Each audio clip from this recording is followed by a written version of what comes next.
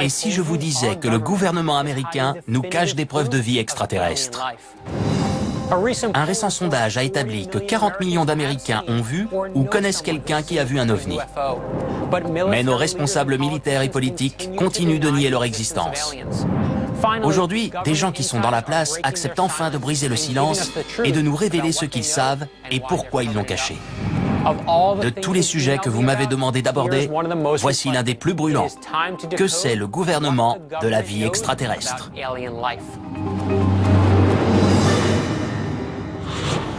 Je m'appelle Brad Meltzer et j'ai toujours adoré les histoires. En particulier celles qui parlent de signes, de symboles, de codes et de messages secrets. Certaines sont au cœur de mes romans, mais elles ne révèlent que la partie émergée de l'iceberg. Aujourd'hui, avec mon équipe, nous allons enquêter plus en profondeur. Bienvenue dans Codebreaker.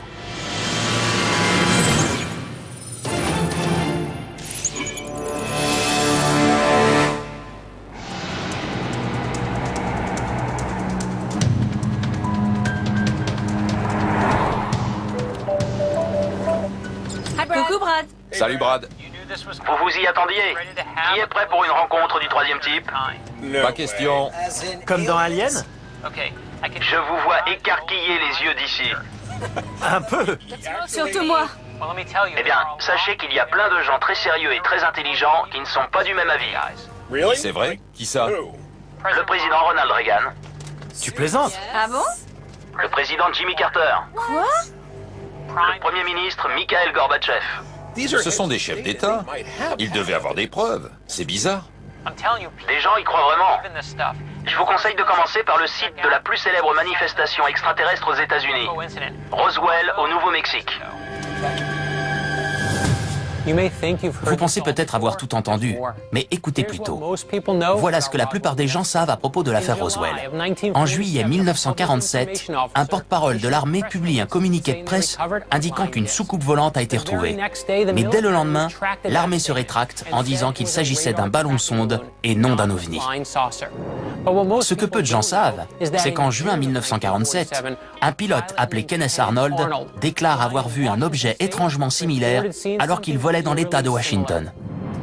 Il décrit des objets brillants disposés en V, volant à une vitesse de 2700 km/h et se déplaçant comme une soucoupe qui ricocherait sur l'eau.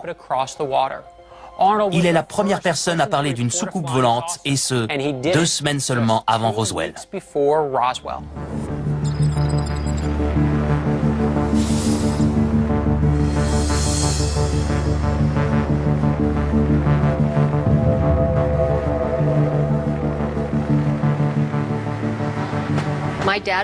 Mon père s'appelait Walter Haut. Il était lieutenant de l'armée de l'air à la base de Roswell. Il était pilote de bombardier et aussi porte-parole de la base militaire.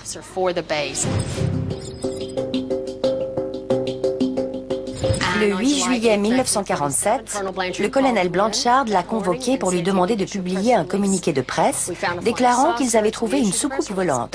Le communiqué disait « On a une soucoupe volante en notre possession et on l'a remise à notre état-major ». Mais il y a eu un démenti. Le lendemain, le général Rémy déclarait qu'il s'agissait d'un ballon-sonde, qu'il y avait eu une erreur. Et à partir de là, l'affaire a été classée secrète.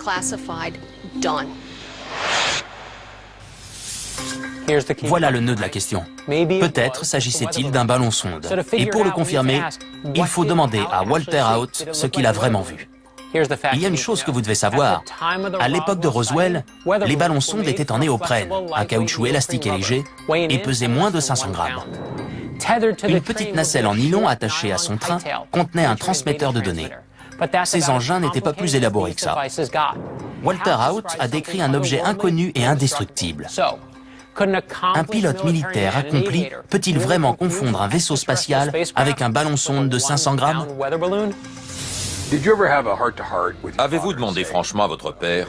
Alors papa, qu'est-ce que tu as vu exactement? Il a eu les débris entre les mains. Je lui ai demandé des détails sur la soucoupe. Il a dit qu'elle faisait plus de 6 mètres de diamètre et que c'était impossible de la brûler, de la démonter ou de la découper. Pour moi, ça voulait bien dire qu'elle venait d'ailleurs. Votre père a-t-il vu les corps? Il a vu quelque chose sous une bâche dans le hangar. Il a parlé de grands yeux noirs, de fentes à la place des narines, de la bouche et des oreilles. Il a dit qu'ils avaient 4 longs doigts et de longs bras, ce qui me paraît assez précis pour quelqu'un qui n'a rien vu. Pensez-vous que le gouvernement cache quelque chose? Mon avis et l'avis des 3/4 des gens qui visitent ce musée, c'est que oui, ils cachent quelque chose. Je pense que des visiteurs sont venus et que les extraterrestres existent.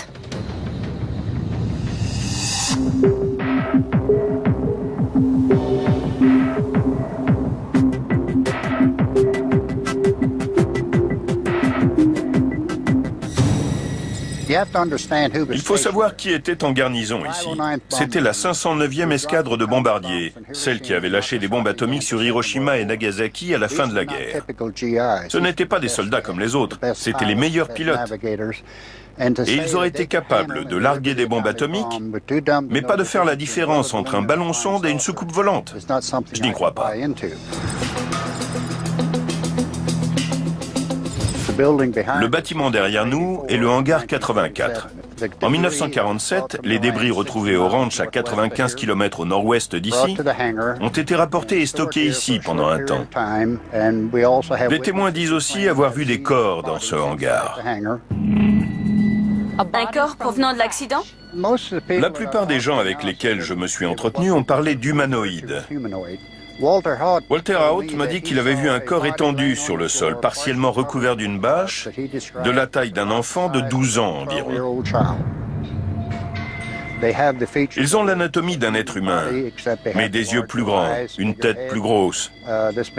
On m'a aussi parlé de 4 doigts au lieu de 5, très minces. Il ne ressemble à rien de connu. Quel est votre sentiment sur cet humanoïde? D'après les témoignages que j'ai recueillis au cours des 15-20 dernières années, je dirais qu'il n'a rien de terrestre. Vous vous dites peut-être que ces témoignages ont été influencés par l'imagerie et les films de l'époque. Les grands yeux, la tête ovale, la peau grise, on dirait un extraterrestre tout droit sorti d'un film de SF. Mais en fait, la plupart de ces films sont sortis après ces manifestations extraterrestres. Et ils se sont souvent inspirés des descriptions données par les témoins. Alors, qui est apparu en premier? La poule ou le petit œuf vert? Qu'est-il arrivé aux débris qu'ils ont retrouvés? Ils auraient été expédiés à Dayton, dans l'Ohio, à la base de Wright-Patterson. Aujourd'hui, ils sont probablement dans la zone 51 pour plus de sécurité. Vous dites que la zone 51 abrite sans doute encore des débris de l'engin qui s'est écrasé près d'ici? Absolument. C'est dur de pénétrer dans la zone 51? C'est impossible. J'y suis allé en 2006. Une route de terre de 20 km y mène. Il n'y a pas de clôture, mais une entrée et des panneaux. Un des panneaux dit que l'usage de la force est autorisé, et je le crois. Des F-16 et des hélicoptères surveillent la zone.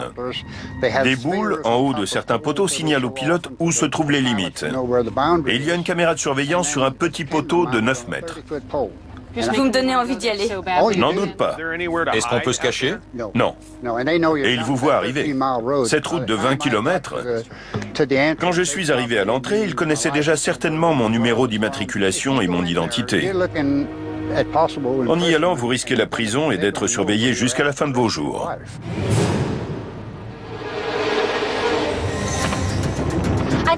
On nous cache quelque chose. Mais ce que je n'arrive pas à savoir, c'est quand ça a commencé. On peut partir du premier communiqué de presse. Julie Schuster nous a dit que son père l'avait rédigé et qu'avant la fin de la journée, l'armée s'était rétractée et avait préparé un autre communiqué. Je suis d'accord. Il s'est passé quelque chose, mais quoi exactement? Un objet volant bizarre. Ils diffusent des informations et ils se disent que finalement, il ne faut rien laisser filtrer. Et ça fait 60 ans que ça dure. À partir de là, on peut se demander ce que la zone 51 cache d'autre. C'est un territoire immense. On est tous d'accord sur un point. Quelque chose s'est écrasé à Roswell en 1947 et ce n'était pas un ballon-sonde. Oui, et on est aussi tous d'accord pour dire qu'on doit aller dans la zone 51.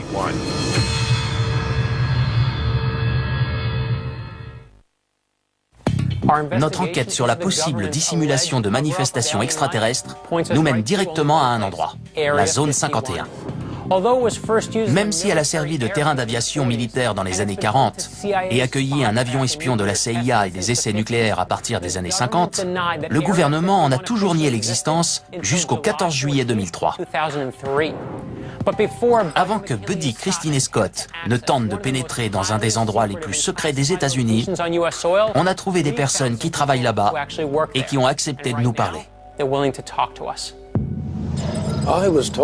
On m'a dit que ce que j'allais surveiller était plus confidentiel que la bombe atomique.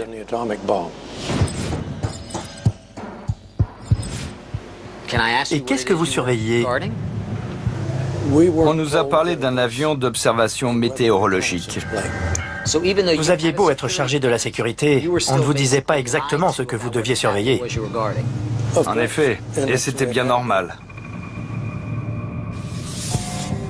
Voilà un homme passionnant. Il est une des toutes premières personnes à avoir travaillé dans la zone 51.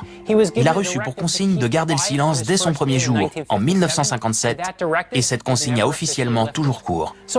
Donc même si j'ai très envie qu'il nous dise tout ce qu'il sait, il se plie encore aux ordres reçus. C'est très respectable. Mais cela va-t-il nous empêcher de lui demander ce qu'il a vu? Certainement pas. Aviez-vous accès à toute la zone? Pouviez-vous aller où vous vouliez? Non, il y avait un bâtiment, un hangar dont l'accès était limité. Seule une demi-douzaine de personnes pouvaient y entrer. Vous n'avez jamais vu ce qu'il cachait? Si. Vous avez vu? Oui. Et vous avez le droit de parler? Non. Mais tout le monde peut commettre des erreurs. C'était le week-end. Je vérifiais que toutes les portes étaient bien fermées. Je suis arrivé devant le hangar, dans lequel je n'étais pas censé entrer. J'ai tourné la poignée et c'était ouvert. Avez-vous vu une chose dont vous ne pouvez toujours pas parler des années plus tard? Je ne l'ai jamais dit à personne. Le gouvernement a déclassifié toutes sortes de documents top secrets sur des sujets allant du Watergate à Guantanamo, de la baie des Cochons à la guerre du Vietnam et même aux attaques du 11 septembre. Ce sont des sujets très sensibles que le gouvernement aurait préféré garder sous son contrôle. Mais il s'est plié à la loi sur la liberté de l'information et les a rendus publics. Alors, pourquoi refuse-t-il toujours de divulguer le moindre détail sur la zone 51? J'ai une question simple à vous poser. Au cours des années où vous avez travaillé dans la zone 51, avez-vous vu ou entendu parler d'engins ou de créatures extraterrestres? Non. Jamais. Non. Vous le diriez si c'était le cas? Non. Et les autres membres du personnel, ils gardaient tous le silence aussi scrupuleusement que vous? Je n'ai pas envie de vous suivre sur ce terrain qui est très sensible. C'est une question de sécurité nationale.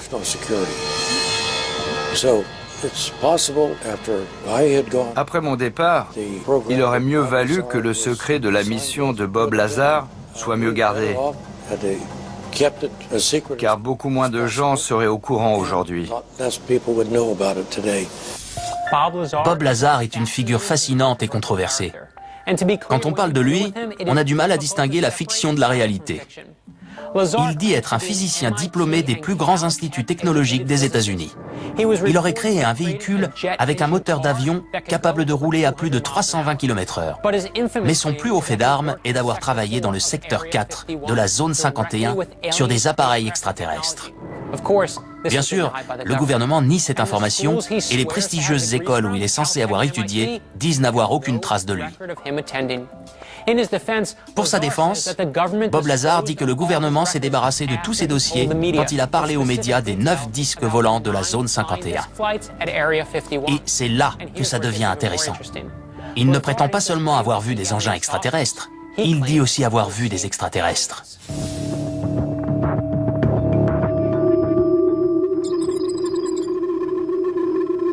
Concernant la zone 51, il y a un nom qui revient tout le temps, Bob Lazar. Vous étiez ami avec lui?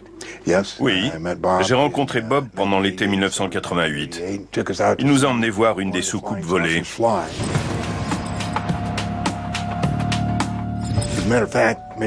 D'ailleurs, j'ai dressé une petite carte.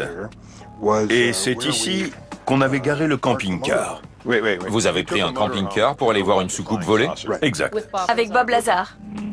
Oui, j'ai installé mon télescope. On était à peu près dans cette position. On a regardé en direction des montagnes et on a vu cette soucoupe arriver et aller vers la gauche, vers la droite. Ça arrivait souvent? Tous les jours. John Lear était un homme modeste. C'est moi qui vais vous donner son pédigré. Il est un des meilleurs pilotes de l'histoire des États-Unis. Il a conduit 150 types d'avions différents. Il est le seul pilote à avoir décroché tous les brevets délivrés par la Direction générale de l'aviation civile. Il détient 18 records mondiaux de vitesse. Il a rempli des missions pour la CIA. Et son père, Bill Lear, a inventé un avion appelé Learjet. Alors quand on parle aviation, peu de personnes sont aussi qualifiées que John Lear. S'il y a effectivement des soucoupes volantes et des extraterrestres dans la zone 51, qu'est-ce qu'ils en font? On utilise la technologie que les extraterrestres nous fournissent.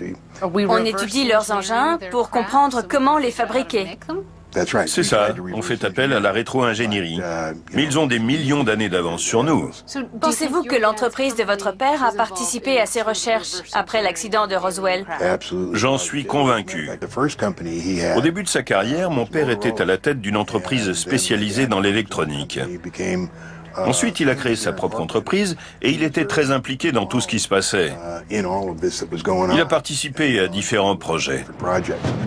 Une minute. Si John Lear dit vrai, alors on a une réponse. Pourquoi le gouvernement veut-il nier l'existence des extraterrestres? Parce qu'ils leur empruntent leur technologie. Et avant de lever les yeux au ciel, pensez un instant au contexte historique. On est alors en pleine escalade de la guerre froide qui se livre à grand renfort d'espionnage, de science et d'armes futuristes. Dans ce contexte, n'est-il pas naturel qu'un pays fasse tout ce qu'il peut pour conserver un avantage technologique sur son ennemi? Une chose est sûre, en juillet 1947, un objet atterrit à Roswell et est rapidement évacué par l'armée. 3 mois plus tard, Chuck Yeager accomplit un exploit que les scientifiques pensaient jusque-là impossible. Il franchit le mur du son en atteignant la vitesse de 1240 km/h. John Lear prétend que son père a eu des contacts avec des extraterrestres et créé le premier téléphone portable dans les années 1940. C'était avant la télévision en couleur, les valises à roulettes, et à une époque où les médecins pensaient que les cigarettes étaient bonnes pour la santé. En 1969, l'entreprise de John Lear fait un petit pas pour l'homme, un grand pas pour l'humanité, en inventant un téléphone portable que Neil Armstrong utilisera pour envoyer un message depuis l'espace. Vous me suivez ? John, la plupart des gens qu'on a rencontrés et qui étaient chargés de la sécurité de la zone 51 refusent de dire ce qu'ils ont vu. Pourquoi Bob Lazar a-t-il brisé le silence? Il estimait que la population devait savoir ce qui se passait. Qu'un fait aussi important, qui concernait chacun d'entre nous, ne pouvait pas être gardé secret. Permettez-moi de faire une petite parenthèse. Savez-vous ce qu'a fait Bob Lazar après ses prétendues rencontres avec des extraterrestres? Il a créé une société qui vend des produits scientifiques, comme du minerai radioactif, des aimants surpuissants et de l'aérogel, le matériau le plus léger au monde. Sa densité est si faible qu'il n'est que 3 fois plus lourd que l'air, mais il peut supporter 1000 fois son poids et son point de fusion est de 1204 degrés Celsius. Je sais que ça peut paraître fou, mais les gens qui prétendent avoir été en contact avec des extraterrestres parviennent souvent à élaborer des matériaux et des technologies jusque-là inédits. Comment peuvent-ils garder un secret si longtemps? Ils savent très bien garder un secret. Ils en avaient déjà l'habitude bien avant l'affaire Roswell. Ils ont tellement bien tout dissimulé que rien ne transpirera tant qu'ils ne l'auront pas décidé. Vous n'avez pas idée de tout ce que vous ignorez. Jusqu'ici, notre enquête sur ce qui semble être une dissimulation de manifestations extraterrestres par le gouvernement américain nous a permis de recueillir d'incroyables témoignages sur des engins et des corps extraterrestres. Officiellement, tout ce que le gouvernement accepte de dire sur la zone 51, c'est qu'il s'agit d'un site d'exploitation dans le Nevada. Mais on a eu la confirmation que l'armée de l'air et la CIA y testaient des avions et des armes. Certains disent que cet endroit abrite aussi des débris de l'OVNI et des extraterrestres qui ont péri en s'écrasant sur Terre. D'autres avancent même que ces extraterrestres ne sont pas morts. La zone 51 n'apparaît jamais sur les cartes officielles du gouvernement, ni sur les cartes aériennes ou marines. Mais selon la rumeur, il existerait une compagnie aérienne secrète pour transporter les employés du site. L'aéroport se trouverait sur un terrain d'aviation totalement caché au regard, sauf si on sait regarder.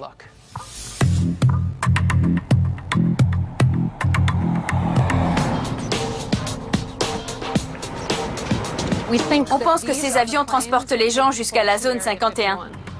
Ces avions de ligne? Oui, c'est la compagnie aérienne Janet. Elle transporterait plusieurs centaines d'employés. La compagnie Janet possède 6 737 avec une capacité de 190 passagers chacun et 5 avions à réaction plus petits. C'est une flotte capable de transporter 1200 personnes par jour vers un endroit qui n'existe pas. Personne ne sait pourquoi cette compagnie s'appelle Janet, mais plusieurs hypothèses circulent. Certains pensent qu'il s'agit d'un acronyme avec une signification cachée. Le mystère reste entier. Je doute qu'un avion de Janet nous y emmène. Mais on doit quand même y aller. Je te suis. Ok. Salut Brad. Il y a du bruit autour de vous. On est près d'un aérodrome. On observe les avions qui transportent les gens jusqu'à la zone 51, qui n'existe pas officiellement. Il faut réserver 3 billets. Oui, mais je doute que ce soit possible. On pensait simplement y aller en voiture. Qu'est-ce que t'en dis? C'est génial, c'est le but. Pourvu qu'on ne dise pas après, on pensait que c'était une bonne idée. Soyez prudents. C'est un endroit qui n'existe pas. Donc si vous arrive quelque chose, ça ne sera jamais reconnu. On va mémoriser nos numéros de portable. La dernière fois en prison, on les avait tous oubliés. Toi, tu réunis l'argent de la caution et tu sais qu'on va là-bas. Si vous arrive un pépin, j'espère que ça pourra se régler avec de l'argent. Il nous fait encore marcher. Pas vraiment. J'espère que si. Pour accéder à la zone 51, il faut emprunter une route appelée route 375, mais que tout le monde surnomme la route extraterrestre. La zone 51 se trouve juste à côté de la région de Yucca Flat, où ont été pratiqués plus de 700 essais nucléaires, mais aussi à proximité du site de stockage des déchets nucléaires de la montagne Yucca, à 70 km au sud-ouest. Au centre de la zone 51, c'est en Groom Lake, un lac salé d'environ 5 km de diamètre. Sur son rivage sud, il y a des pistes d'atterrissage, un dortoir, une caserne de pompiers et même des terrains de baseball et des cours de tennis. La zone 51 compte davantage de hangars qu'une base militaire classique, sans doute pour que rien ne soit visible depuis le ciel.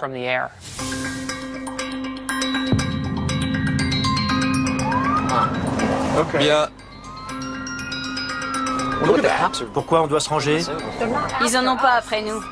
Mais il y a plein de voitures de police avec les sirènes allumées. Elles viennent de la zone 51?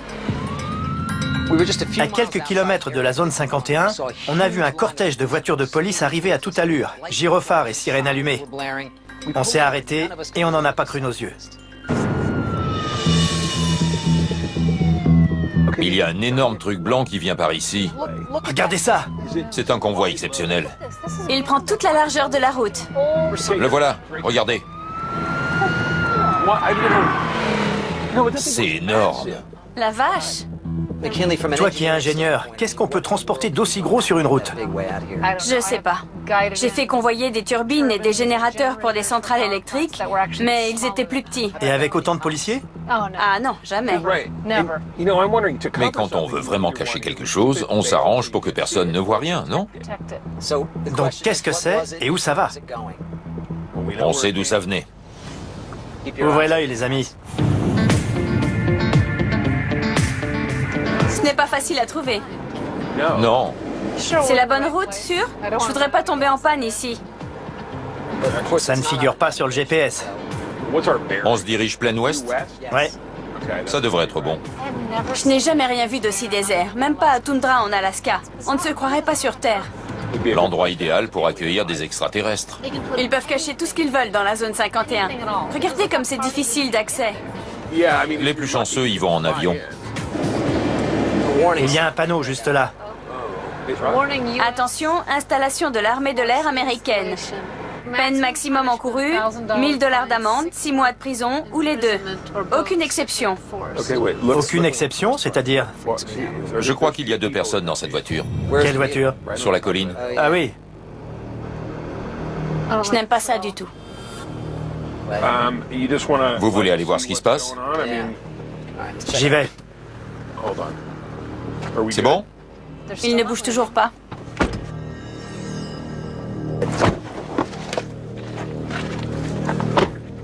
Interdiction d'entrée sans l'autorisation du commandant. Quelqu'un a l'autorisation? Pas moi. Moi non plus. Ça a même donné un nom. Champ de tir de Nellis. C'est une couverture. De la foutaise. Ah bon? Un champ de tir, tu parles. Chacun a son opinion sur la zone 51. Mais il y a une chose sur laquelle tout le monde est d'accord, il ne plaisante pas avec la sécurité. On savait qu'il fallait être très prudent. Il y a une route ici, et aucun panneau interdisant l'accès. On pourrait grimper en haut de la colline. Oui. On serait peut-être assez haut pour voir l'installation. Vérifions bien qu'il n'y a pas de panneau. Je ne vais pas quitter la voiture des yeux, car si elle démarre, il faudra déguerpir. Il y a une autre caméra de surveillance là-haut. C'est bizarre, elle ressemble un peu à des cactus. On voit mieux d'ici.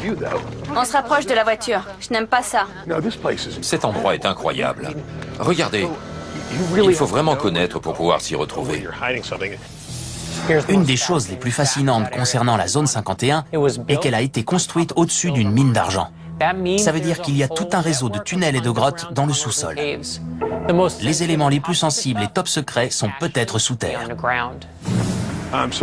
Il y a des caméras de surveillance sur la gauche, un véhicule sur la colline devant nous avec 2 hommes à l'intérieur et un panneau d'information en haut de la montagne la plus élevée. C'est une cachette idéale, mais il n'y cache pas forcément des engins spatiaux. Il peut y avoir n'importe quoi. La voiture a démarré. Elle vient vers nous. On redescend? Oui. On retourne à la voiture. On ferait mieux d'accélérer. Ça ne me plaît pas du tout. Ils nous suivent. Allez, on se dépêche. On démarre, vite.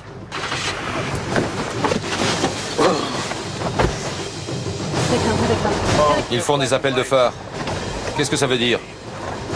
Mieux vaut ne pas les regarder. On ne les regarde pas, on roule.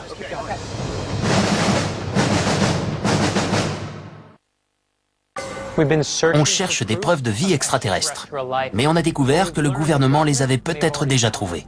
Maintenant, la question est de savoir de quelles informations ils disposent et pourquoi ils refusent de les divulguer.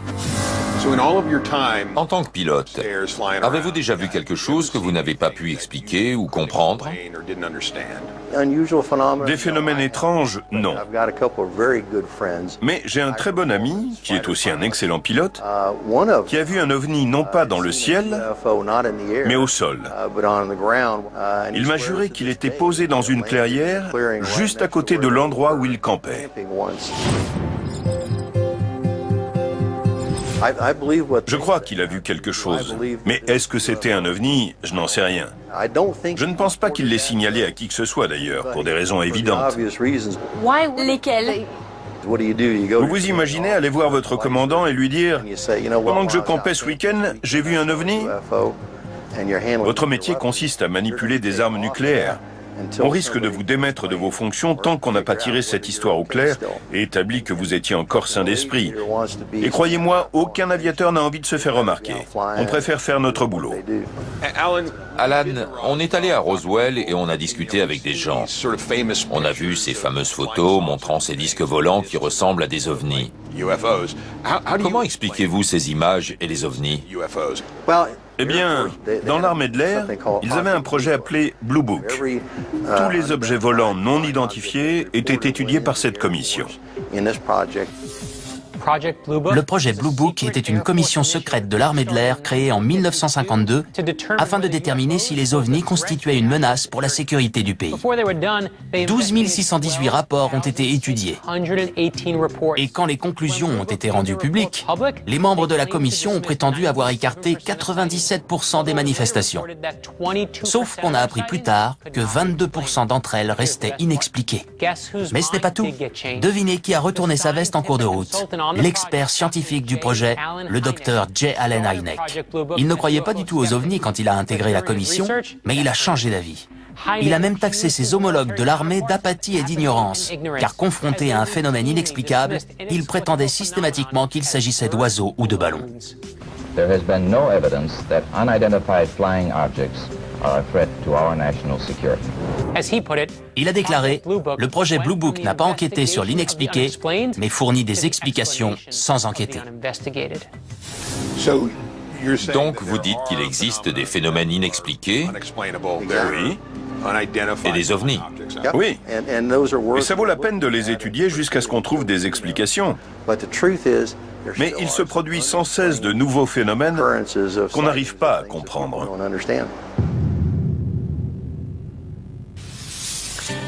Le gouvernement prétend ne disposer d'aucune preuve de vie extraterrestre dans ses dossiers. Mais ce sont seulement les dossiers dont il accepte de parler. Notre équipe va s'entretenir avec un haut responsable qui a décidé de désobéir aux ordres et de raconter sa version. J'aimerais savoir quelle était votre fonction et ce que vous faisiez à l'époque où vous avez eu cette information. J'étais responsable du centre technique de la Direction générale de l'aviation civile à Atlantic City. On a regardé un 747 descendre et quand il est arrivé sur notre fréquence, le pilote a demandé « Y a-t-il du trafic ?» Le contrôleur a regardé son écran et a répondu « Non, pas de trafic ». Mais le pilote a dit qu'il voyait quelque chose à 11 ou 12 heures, des lumières stroboscopiques blanches et jaunes. Il ne connaissait pas d'avion aussi gros. Il faisait environ 4 fois la taille d'un porte-avions. Il pilotait un 747. C'est un avion énorme avec un ascenseur et 2 étages. Et il voyait un objet gigantesque devant lui. Il pensait que c'était un avion. John, est-ce que les passagers l'ont vu? Tout l'équipage a la même version. Donc d'autres membres d'équipage ont confirmé? Oui, ils ont tous dit la même chose. John Callahan est l'homme que la Direction générale de l'aviation civile appelait quand il se passait quelque chose de bizarre dans le ciel. Personne n'avait jamais rien vu d'aussi étrange. Selon lui, un 747 a été approché par un ovni tellement gros que le radar l'a pris pour un front météorologique. Il a décrit un engin sphérique et lumineux. Le plus étonnant étant la manière dont il se déplaçait. L'ovni glissait si vite dans les airs qu'il apparaissait à des kilomètres devant l'avion à un moment et à des kilomètres derrière l'instant d'après. L'incident inquiète tellement les supérieurs de John Callahan qu'ils préviennent immédiatement la Maison-Blanche et convoquent l'équipe d'investigation de Reagan. Le président avait lui-même déclaré avoir vu un ovni depuis un avion au-dessus de Bakersfield en 1974, bien avant d'être élu. Il a dit « C'était une lumière très blanche ». On l'a suivie jusqu'à Bakersfield et tout à coup, à notre grand étonnement, elle a disparu dans le ciel. J'ai été convoqué par l'état-major. L'amiral m'a fait venir et il m'a dit « Expliquez-moi en 5 minutes ce que vous avez découvert ». Je suis allé dans son bureau, je lui ai parlé pendant 5 minutes et il a dit à un de ses assistants « Annulez tous mes rendez-vous de ce soir, on les reporte à la semaine prochaine ». Et après il s'est tourné vers nous « Je vais aller voir Reagan, on va confier ça à son équipe scientifique ». Le dossier s'est donc retrouvé entre les mains des 3 experts. Ils ressemblaient à Einstein, avec leurs longs cheveux gris mal peignés. Ils étaient bien habillés, mais ils avaient l'air un peu illuminés. Et il y avait 3 agents de la CIA avec eux. Et puis un des scientifiques a dit « Ceci n'est jamais arrivé. Vous ne nous avez jamais vus. On vous confisque toutes les données et vous jurez de garder le silence. » Alors je lui ai demandé, à votre avis, c'était quoi? Et il a dit, oh, un ovni. C'était la première fois qu'ils avaient autant de minutes d'informations radar à étudier. Et il a ajouté, regardez, il meurt d'envie de mettre le nez dans ces données. Moralité, il ne faut plus appeler Washington quand il se passe des choses comme ça. Mais il n'y a personne d'autre à appeler. Même si vous appelez les journalistes, ils vous prennent pour un dingue. Car on leur a fait croire que si les ovnis existaient, le gouvernement le saurait et le dirait. Il sait ce qui est bon pour nous et il sait ce qu'on doit penser. Notre enquête sur la vie extraterrestre a mené notre équipe sur tous les fronts. Mais avant de pouvoir tirer ses conclusions, elle va s'entretenir avec un homme qui a passé une grande partie de sa vie là où on n'a pas pu aller. Vous êtes allé 6 fois dans l'espace. Est-ce que c'est différent à chaque fois? C'est plus enrichissant, on sait quoi chercher. Quand vous étiez là-bas, vous avez vu des êtres vivants?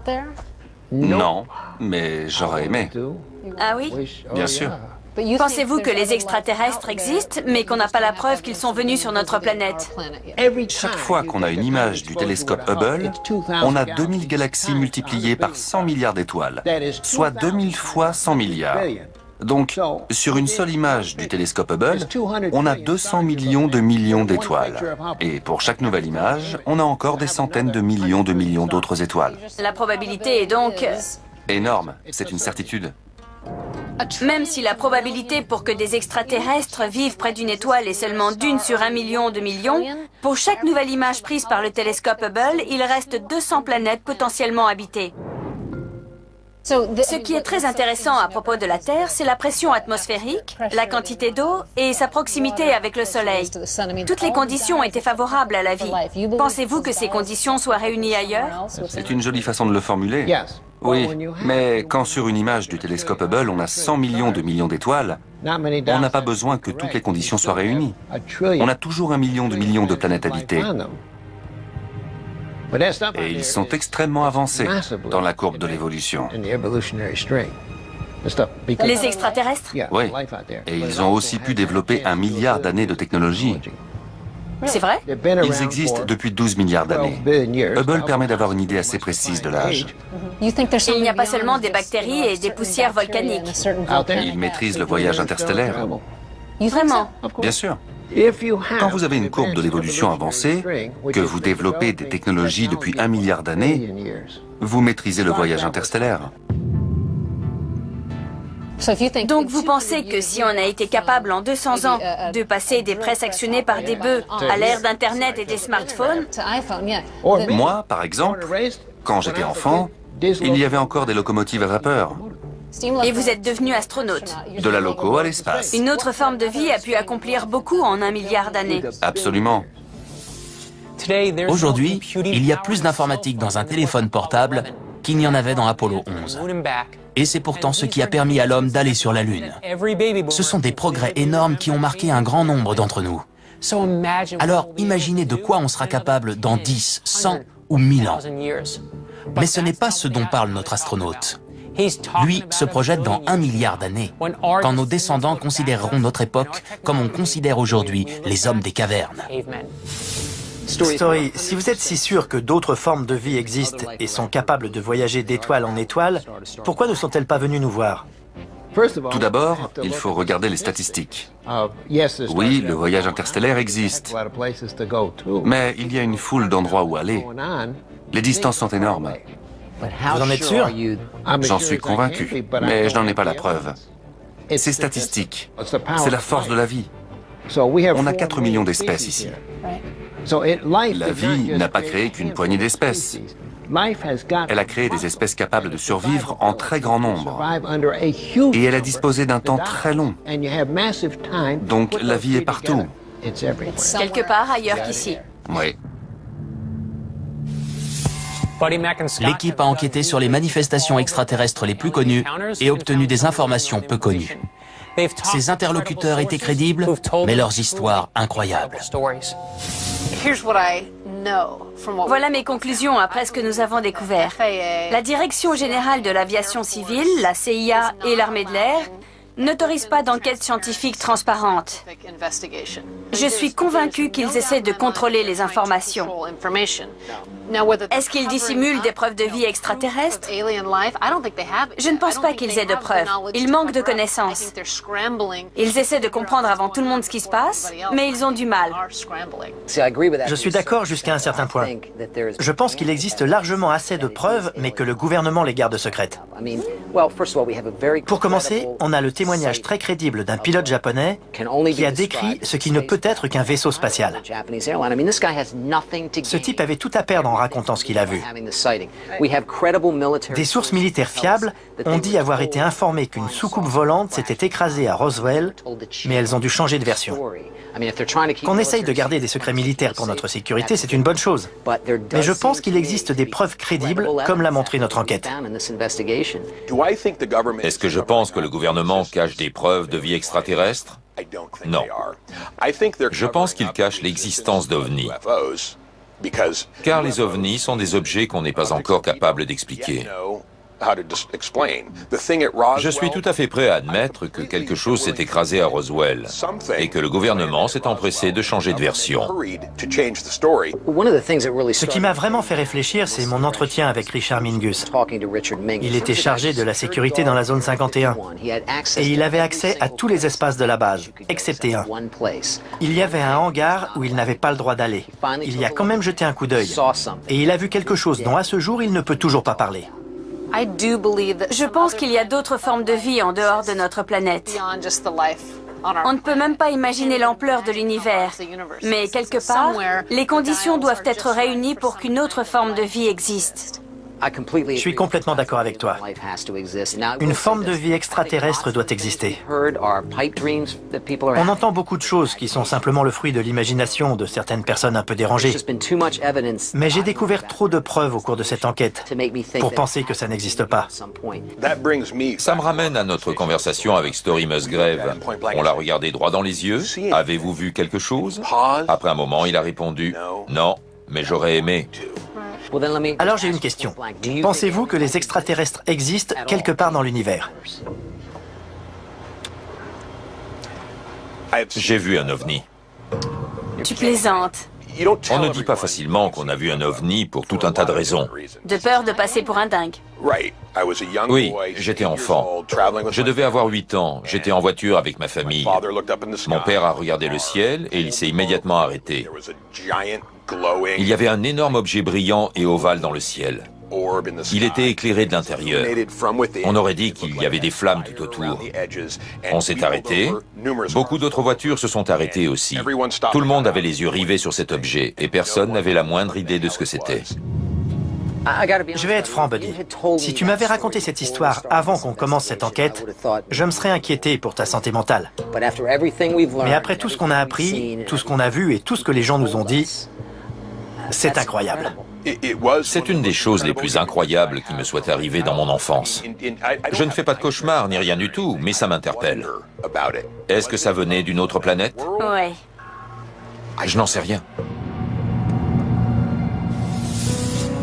La plupart des étoiles de notre univers sont à plus d'1 millier d'années-lumière. Ça veut dire qu'il faudrait 1 millier d'années à un extraterrestre pour arriver jusqu'ici. Les physiciens pensent que la lumière est l'agent le plus rapide de l'univers et que c'est impossible pour quoi que ce soit d'autre d'aller plus vite. Mais ils pensaient aussi que c'était impossible d'aller plus vite que le son, jusqu'à ce que Chuck Yeager leur apporte la preuve du contraire en 1947, en franchissant le mur du son. On pensait que c'était physiquement impossible de parcourir 1500 mètres en moins de 4 minutes, jusqu'à ce que Roger Bannister y parvienne en 1954. Ce n'est pas parce qu'un fait ne s'est jamais produit qu'il est impossible. J'ai envie de croire qu'on n'est pas les seuls êtres vivants dans l'univers. Ronald Reagan a dit qu'il avait vu un ovni, tout comme Jimmy Carter. Et Stephen Hawking, un des plus grands physiciens de tous les temps, estimait que c'était une impossibilité mathématique de considérer qu'il n'y avait pas d'autre forme de vie. Écoutez bien ce qu'il disait, car il donnait en même temps un avertissement. Il suffit de nous regarder pour voir comment une vie intelligente peut se développer en quelque chose que nous n'aimerions pas rencontrer. Et il poursuit, si des extraterrestres venaient nous rendre visite, je crois que le résultat serait semblable à celui de l'arrivée de Christophe Colomb en Amérique, qui ne s'est pas très bien terminé pour les Amérindiens. Donc, même si on a très envie d'y croire, la prudence est de mise.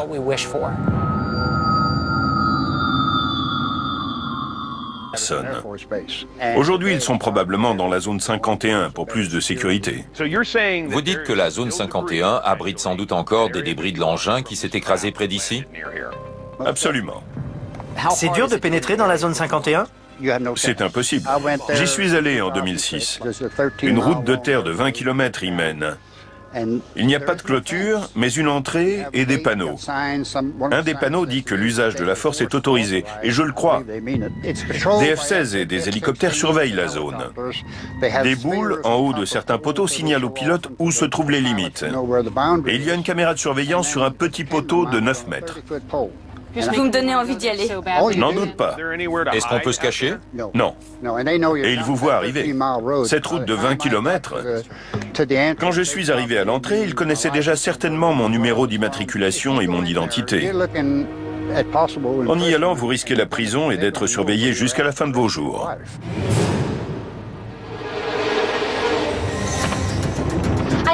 On nous cache quelque chose.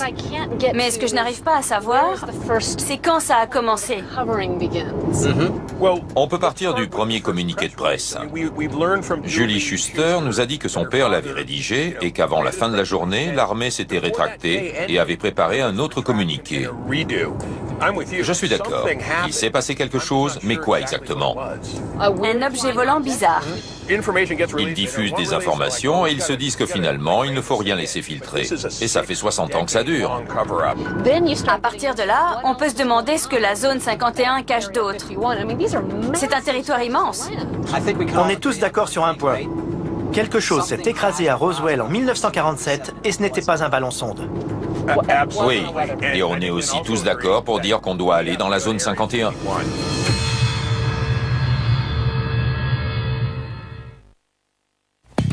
Notre enquête sur la possible dissimulation de manifestations extraterrestres nous mène directement à un endroit, la zone 51.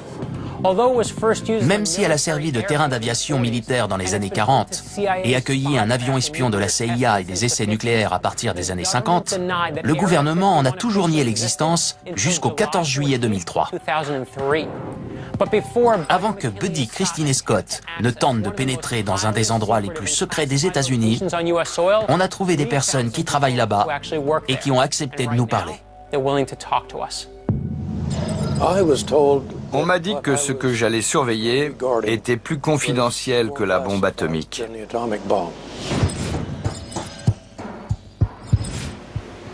Et qu'est-ce que vous surveillez? On nous a parlé d'un avion d'observation météorologique.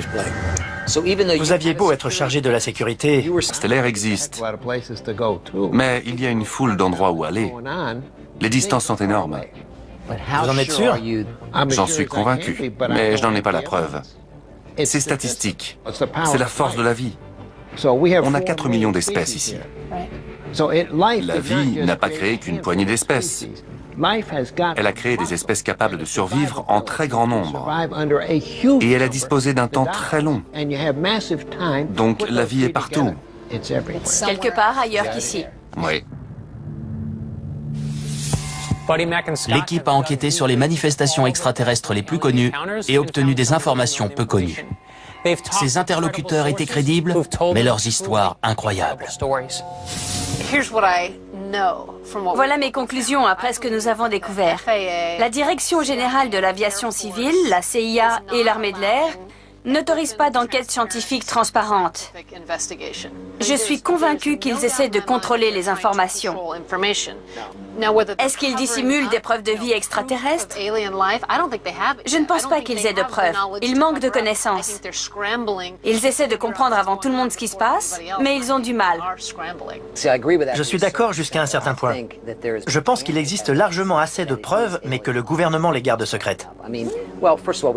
Pour commencer, on a le témoignage très crédible d'un pilote japonais qui a décrit ce qui ne peut être qu'un vaisseau spatial.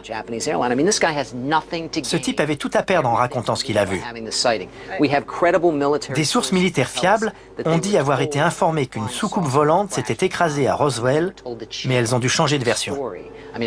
Qu'on essaye de garder des secrets militaires pour notre sécurité, c'est une bonne chose. Mais je pense qu'il existe des preuves crédibles, comme l'a montré notre enquête.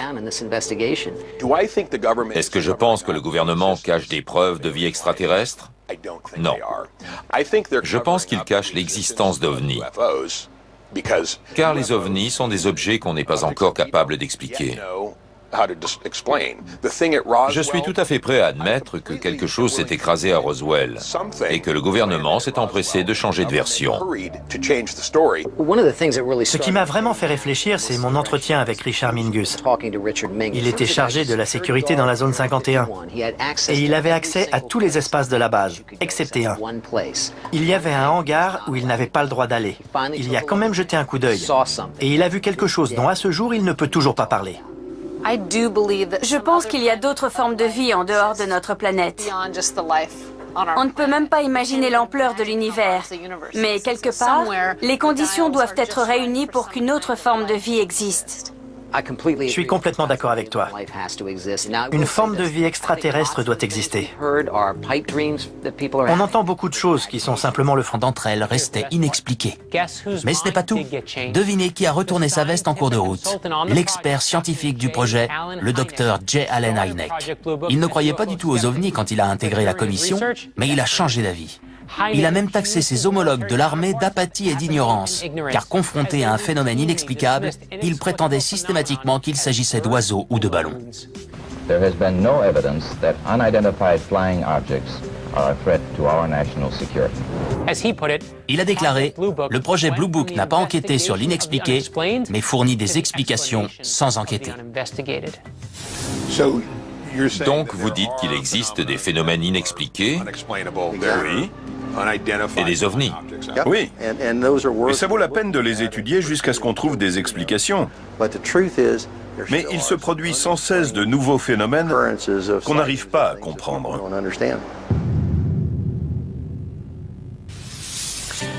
Le gouvernement prétend ne disposer d'aucune preuve de vie extraterrestre dans ses dossiers. Mais ce sont seulement les dossiers dont il accepte de parler. Notre équipe va s'entretenir avec un haut responsable qui a décidé de désobéir aux ordres et de raconter sa version. J'aimerais savoir quelle était votre fonction et ce que vous faisiez à l'époque où vous avez eu cette information. J'étais responsable du centre technique de la Direction générale de l'aviation civile à Atlantic City. On a regardé un 747 descendre et quand il est arrivé sur notre fréquence, le pilote a demandé « Y a-t-il du trafic ?» Le contrôleur a regardé son écran et a répondu « Non, pas de trafic ». Mais le pilote a dit qu'il voyait quelque chose à 11 ou 12 heures, des lumières stroboscopiques blanches et jaunes. Il ne connaissait pas d'avion aussi gros. Il faisait environ 4 fois la taille d'un porte-avions. Il pilotait un 747. C'est un avion énorme avec un ascenseur et 2 étages. Et il voyait un objet gigantesque devant lui. Il pensait que c'était un avion. John, est-ce que les passagers l'ont vu? Tout l'équipage a la même version. Donc d'autres membres d'équipage ont confirmé? Oui, ils ont tous dit la même chose. John Callahan est l'homme que la Direction générale de l'aviation civile appelait quand il se passait quelque chose de bizarre dans le ciel. Personne n'avait jamais rien vu d'aussi étrange. Selon lui, un 747 a été approché par un ovni tellement gros que le radar l'a pris pour un front météorologique. Il a décrit un engin sphérique et lumineux. Le plus étonnant étant la manière dont il se déplaçait. L'ovni glissait si vite dans les airs qu'il apparaissait à des kilomètres devant l'avion à un moment et à des kilomètres d'est. Au centre de la zone 51, c'est en Groom Lake, un lac salé d'environ 5 km de diamètre. Sur son rivage sud, il y a des pistes d'atterrissage, un dortoir, une caserne de pompiers et même des terrains de baseball et des cours de tennis. La zone 51 compte davantage de hangars qu'une base militaire classique, sans doute pour que rien ne soit visible depuis le ciel.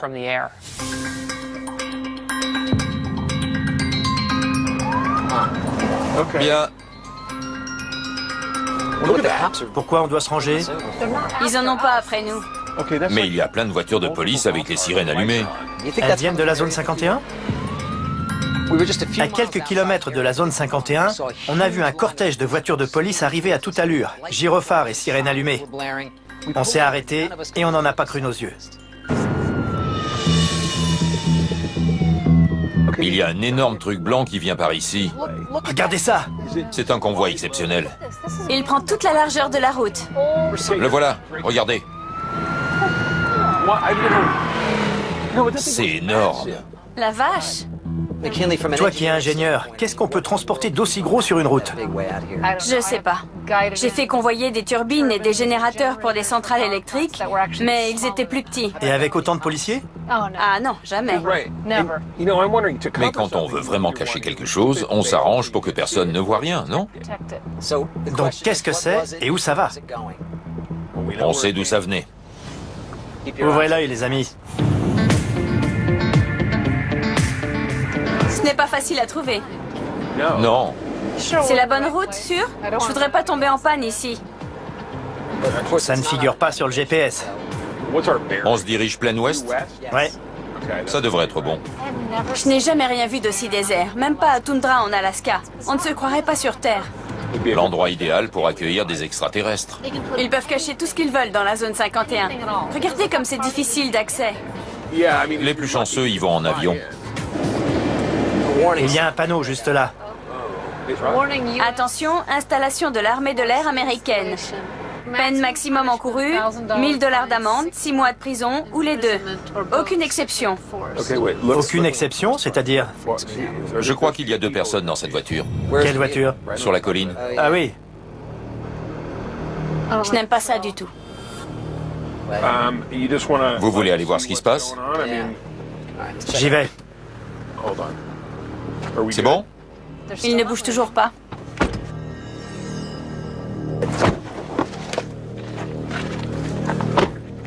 Interdiction d'entrée sans l'autorisation du commandant. Quelqu'un a l'autorisation? Pas moi. Moi non plus. Ça a même donné un nom. Champ de tir de Nellis. C'est une couverture. De la foutaise. Ah bon? Mais on doit quand même y aller. Je te suis. Ok. Salut Brad. Il y a du bruit autour de vous. On est près d'un aérodrome. On observe les avions qui transportent les gens jusqu'à la zone 51, qui n'existe pas officiellement. Il faut réserver 3 billets. Oui, mais je doute que ce soit possible. On pensait simplement y aller en voiture. Qu'est-ce que t'en dis? C'est génial. C'est le but. Pourvu qu'on ne dise pas après, on pensait que c'était une bonne idée. Soyez prudents. C'est un endroit qui n'existe pas. Donc si vous arrive quelque chose, ça ne sera jamais reconnu. On va mémoriser nos numéros de portable. La dernière fois en prison, on les avait tous oubliés. Toi, tu réunis l'argent de la caution et tu sais qu'on va là-bas. Si vous arrive un pépin, j'espère que ça pourra se régler avec de l'argent. Il nous fait encore marcher. Pas vraiment. J'espère que si. Pour accéder à la zone 51, il faut emprunter une route appelée route 375, mais que tout le monde surnomme la route extraterrestre. La zone 51 se trouve juste à côté de la région de Yucca Flat, où ont été pratiqués plus de 700 essais nucléaires, mais aussi à proximité du site de stockage des déchets nucléaires de la montagne Yucca, à 70 km au sud-ouest. Au centre de la zone 51, c'est en Groom Lake, un lac salé d'environ 5 km de diamètre. Sur son rivage sud, il y a des pistes d'atterrissage, un dortoir, une caserne de pompiers et même des terrains de baseball et des cours de tennis. La zone 51 compte davantage de hangars qu'une base militaire classique, sans doute pour que rien ne soit visible depuis le ciel.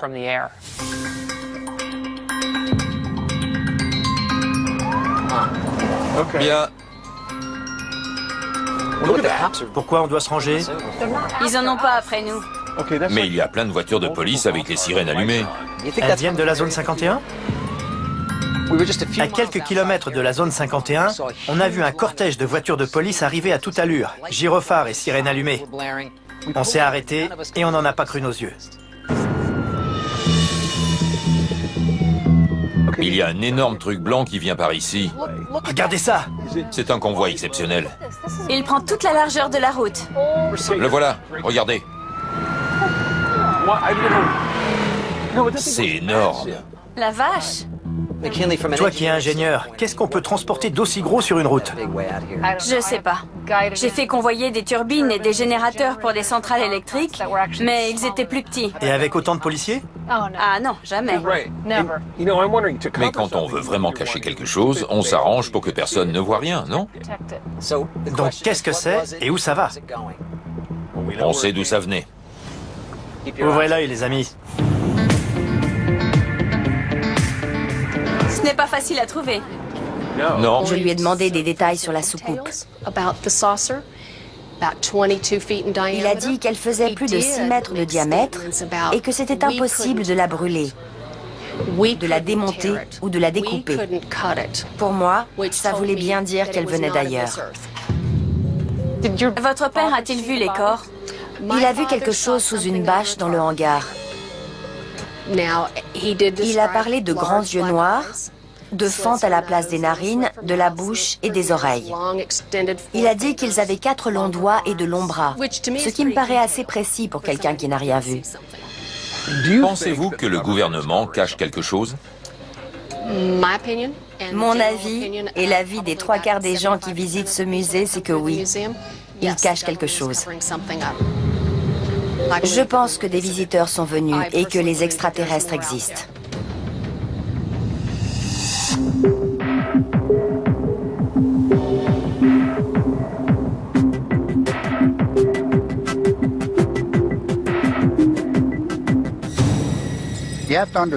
Il faut savoir qui était en garnison ici.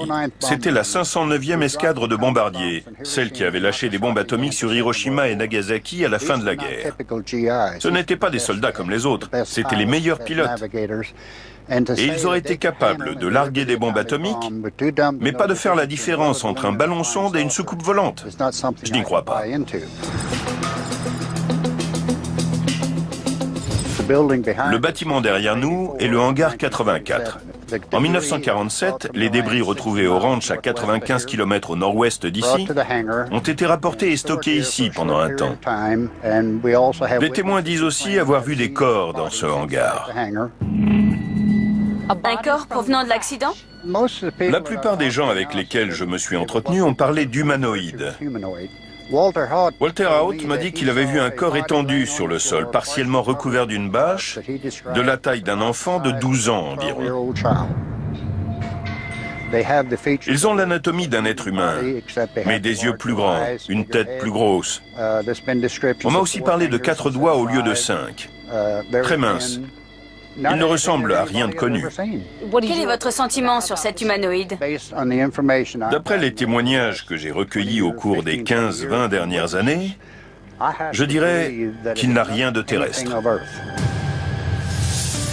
Vous vous dites peut-être que ces témoignages ont été influencés par l'imagerie et les films de l'époque. Les grands yeux, la tête ovale, la peau grise, on dirait un extraterrestre tout droit sorti d'un film de SF. Mais en fait, la plupart de ces films sont sortis après ces manifestations extraterrestres. Et ils se sont souvent inspirés des descriptions données par les témoins. Alors, qui est un lac salé d'environ 5 km de diamètre? Sur son rivage sud, il y a des pistes d'atterrissage, un dortoir, une caserne de pompiers et même des terrains de baseball et des cours de tennis.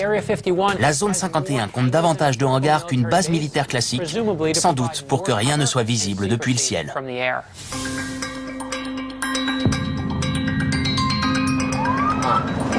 Bien.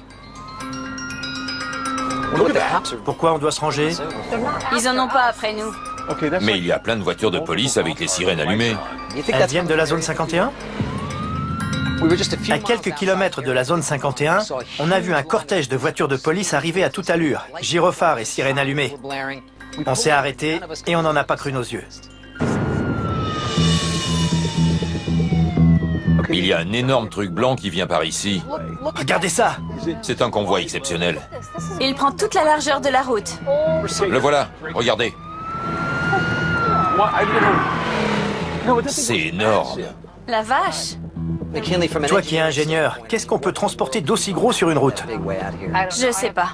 J'ai fait convoyer des turbines et des générateurs pour des centrales électriques, mais ils étaient plus petits. Et avec autant de policiers? Ah non, jamais.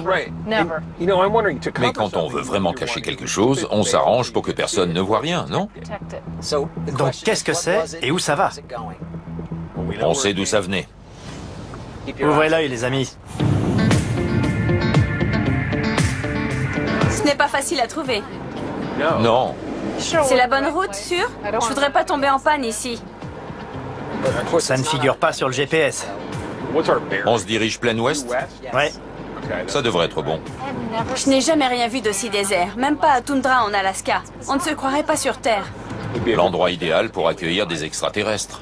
Ils peuvent cacher tout ce qu'ils veulent dans la zone 51. Regardez comme c'est difficile d'accès. Les plus chanceux y vont en avion. Il y a un panneau juste là. Attention, installation de l'armée de l'air américaine. Peine maximum encourue, $1000 d'amende, 6 mois de prison ou les deux. Aucune exception. Aucune exception, c'est-à-dire? Je crois qu'il y a 2 personnes dans cette voiture. Quelle voiture? Sur la colline. Ah oui. Je n'aime pas ça du tout. Vous voulez aller voir ce qui se passe? J'y vais. C'est bon? Il ne bouge toujours pas.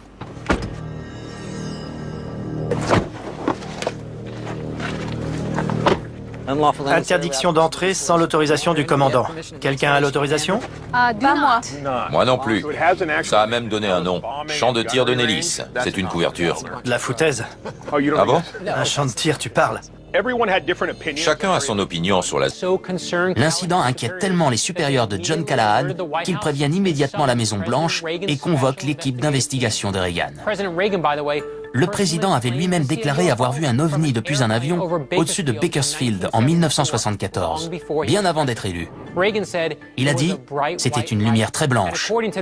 On l'a suivie jusqu'à Bakersfield et tout à coup, à notre grand étonnement, elle a disparu dans le ciel. » J'ai été convoqué par l'état-major. L'amiral m'a fait venir et il m'a dit « Expliquez-moi en 5 minutes ce que vous avez découvert. » Je suis allé dans son bureau, je lui ai parlé pendant 5 minutes et il a dit à un de ses assistants « Annulez tous mes rendez-vous de ce soir, on les reporte à la semaine prochaine. » Et après il s'est tourné vers nous « Je vais aller voir Reagan. On va confier ça à son équipe scientifique. » Le dossier s'est donc retrouvé entre les mains des 3 experts. Ils ressemblaient à Einstein, avec leurs longs cheveux gris mal peignés. Ils étaient bien habillés, mais ils avaient l'air un peu illuminés. Et il y avait 3 agents de la CIA avec eux. Et puis un des scientifiques a dit « Ceci n'est jamais arrivé. Vous ne nous avez jamais vus. On vous confisque toutes les données et vous jurez de garder le silence. » Alors je lui ai demandé, à votre avis, c'était quoi? Et il a dit, oh, un ovni. C'était la première fois qu'ils avaient autant de minutes d'informations radar à étudier. Et il a ajouté, regardez, il meurt d'envie de mettre le nez dans ces données.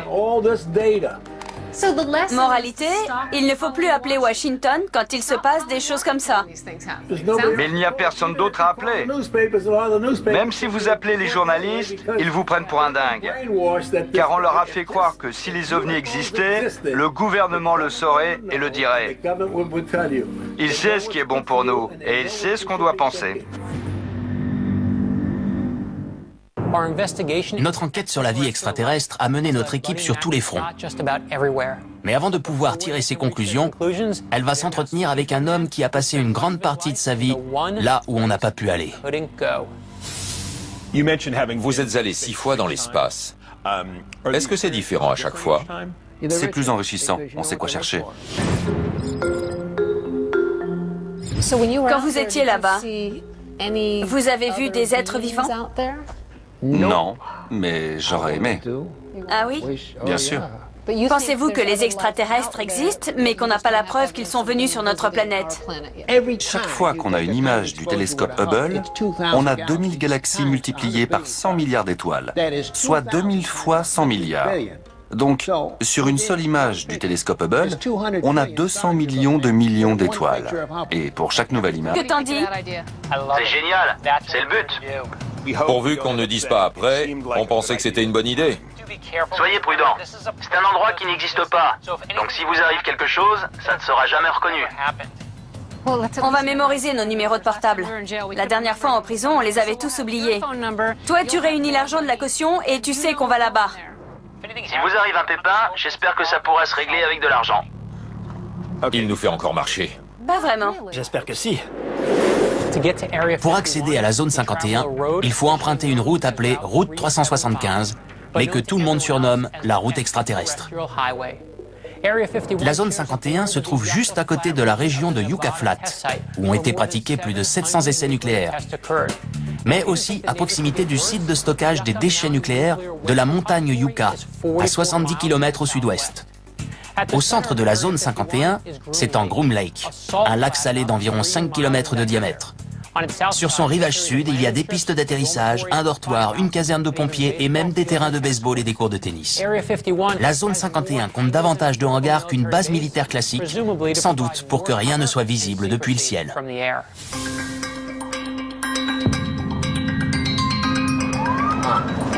Bien. Pourquoi on doit se ranger? Ils en ont pas après nous. Mais il y a plein de voitures de police avec les sirènes allumées. Elles viennent de la zone 51? À quelques kilomètres de la zone 51, on a vu un cortège de voitures de police arriver à toute allure, gyrophares et sirènes allumées. On s'est arrêté et on n'en a pas cru nos yeux. Il y a un énorme truc blanc qui vient par ici. Regardez ça! C'est un convoi exceptionnel. Il prend toute la largeur de la route. Le voilà, regardez. C'est énorme. La vache! Toi qui es ingénieur, qu'est-ce qu'on peut transporter d'aussi gros sur une route? Je sais pas. J'ai fait convoyer des turbines et des générateurs pour des centrales électriques, mais ils étaient plus petits. Et avec autant de policiers? Ah non, jamais. Mais quand on veut vraiment cacher quelque chose, on s'arrange pour que personne ne voit rien, non? Donc qu'est-ce que c'est et où ça va? On sait d'où ça venait. Ouvrez l'œil, les amis. Ce n'est pas facile à trouver. Non. C'est la bonne route, sûr? Je voudrais pas tomber en panne ici. Ça ne figure pas sur le GPS. On se dirige plein ouest? Ouais. Ça devrait être bon. Je n'ai jamais rien vu d'aussi désert, même pas à Toundra en Alaska. On ne se croirait pas sur Terre. L'endroit idéal pour accueillir des extraterrestres. Ils peuvent cacher tout ce qu'ils veulent dans la zone 51. Regardez comme c'est difficile d'accès. Une forme de vie extraterrestre doit exister. On entend beaucoup de choses qui sont simplement le fruit de l'imagination de certaines personnes un peu dérangées. Mais j'ai découvert trop de preuves au cours de cette enquête pour penser que ça n'existe pas. Ça me ramène à notre conversation avec Story Musgrave. On l'a regardé droit dans les yeux. Avez-vous vu quelque chose? Après un moment, il a répondu « Non, mais j'aurais aimé ». Alors j'ai une question. Pensez-vous que les extraterrestres existent quelque part dans l'univers? J'ai vu un ovni. Tu plaisantes.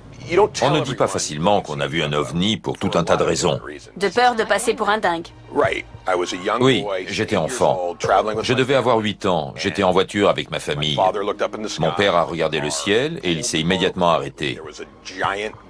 Il y avait un énorme objet brillant et ovale dans le ciel. Il était éclairé de l'intérieur. On aurait dit qu'il y avait des flammes tout autour. On s'est arrêté. Beaucoup d'autres voitures se sont arrêtées aussi.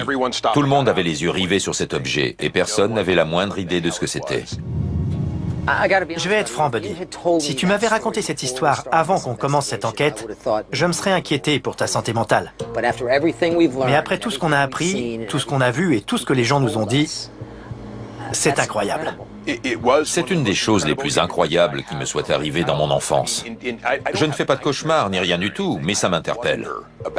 Est-ce que ça venait d'une autre planète? Ouais. Je n'en sais rien. La plupart des étoiles de notre univers sont à plus d'1 millier d'années-lumière. Ça veut dire qu'il faudrait 1 millier d'années à un extraterrestre pour arriver jusqu'ici. Les physiciens pensent que la lumière est l'agent le plus rapide de l'univers et que c'est impossible pour quoi que ce soit d'autre d'aller plus vite. Mais ils pensaient aussi que c'était impossible d'aller plus vite que le son, jusqu'à ce que Chuck Yeager leur apporte la preuve du contraire en 1947, en franchissant le mur du son. On pensait que c'était physiquement impossible de parcourir 1500 mètres en moins de 4 minutes, jusqu'à ce que Roger Bannister y parvienne en 1954. Ce n'est pas parce qu'un fait ne s'est jamais produit qu'il est impossible. J'ai envie de croire qu'on n'est pas les seuls êtres vivants dans l'univers. Ronald Reagan a dit qu'il avait vu un ovni, tout comme Jimmy Carter. Et Stephen Hawking, un des plus grands physiciens de tous les temps, estimait que c'était une impossibilité mathématique de considérer qu'il n'y avait pas d'autre forme de vie. Écoutez bien ce qu'il disait, car il donnait en même temps un avertissement. Il suffit de nous regarder pour voir comment une vie intelligente peut se développer en quelque chose que nous n'aimerions pas rencontrer. Et il poursuit, si des extraterrestres venaient nous rendre visite, je crois que le résultat serait semblable à celui de l'arrivée de Christophe Colomb en Amérique, qui ne s'est pas très bien terminé pour les Amérindiens.